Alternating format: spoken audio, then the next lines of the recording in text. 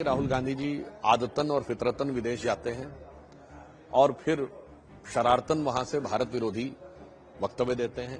कांग्रेस के संगठन को मजबूत करने के लिए पहले तो आश्चर्य है कि राहुल गांधी क्यों गए हैं, राष्ट्रीय अध्यक्ष क्यों नहीं गए हैं। ऐसा लग रहा है कांग्रेस को मजबूत करने से ज्यादा भारत को कमजोर करने के लिए वो वहां प्रयत्नशील दिखाई पड़ रहे हैं। इन दलों के ऊपर मुझे वो पुराना हिंदी फिल्म का गीत याद आता है कि मिलो न तुम तो हम घबराएं, मिलो तो आंख चुराएं, हमें क्या हो गया है। मुझे लगता है कि राहुल गांधी जी आदतन और फितरतन विदेश जाते हैं और फिर शरारतन वहां से भारत विरोधी वक्तव्य देते हैं।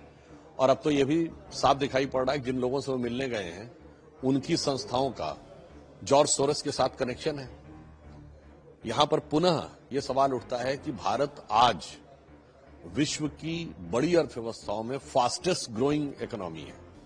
अब राहुल गांधी जी को वो दिखाई नहीं पड़ता तो उसके लिए कोई क्या करे। और वैसे तो कांग्रेस ने ऑफिशियल बयान दिया था, जब पूछा गया था कि संसद सत्र के दौरान वो जर्मनी क्यों चले गए, तो कांग्रेस पार्टी ने यह कहा था कि वो कांग्रेस को मजबूत करने के लिए वहां गए हैं। पर दिखाई पड़ रहा है कांग्रेस को मजबूत करने की बजाय कांग्रेस के संगठन को मजबूत करने के लिए पहले तो आश्चर्य है कि राहुल गांधी क्यों गए हैं, राष्ट्रीय अध्यक्ष क्यों नहीं गए हैं, जिनका काम संगठन देखना है। पर ऐसा लग रहा है कांग्रेस को मजबूत करने से ज्यादा भारत को कमजोर करने के लिए वो वहां प्रयत्नशील दिखाई पड़ रहे हैं। ये सारे विपक्षी दल एक बड़ी योजना, खतरनाक षड्यंत्रकारी योजना के तहत काम कर रहे हैं। चाहे आम आदमी पार्टी के सांसद का ये बयान हो, चाहे पश्चिम बंगाल में मदन मित्रा जो तृणमूल कांग्रेस के नेता हैं उनके द्वारा भगवान राम के बारे में बोलना हो, या बाबरी मस्जिद बनाने का विषय हो बंगाल में, या फिर तेलंगाना के मुख्यमंत्री रेवंत रेड्डी के द्वारा ये बोलना कि मुसलमान मतलब कांग्रेस, कांग्रेस मतलब मुसलमान।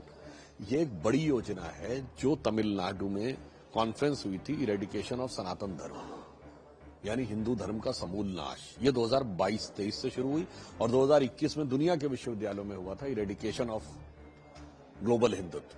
तो ये भारत को कमजोर करने के लिए किए जा रहे योजनाबद्ध प्रयासों का अंग है। विपक्ष के नेता उनको अब खुद तय करना है कि वो जनता को बताएं कि वो जानकर इस योजना के हिस्से हैं या अनजाने में इस योजना के मोहरे बने हुए हैं। जो इंडी गठबंधन के दल हैं इनके साथ यही समस्या है।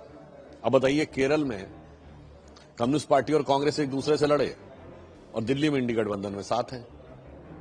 अब बताइए, आम आदमी पार्टी और कांग्रेस का आपने सवाल पूछा, लोकसभा में साथ साथ लड़े, विधानसभा में अलग हो गए और साथ लड़ते हुए भी एक दूसरे पर आरोप लगाते रहे जब गठबंधन में साथ थे।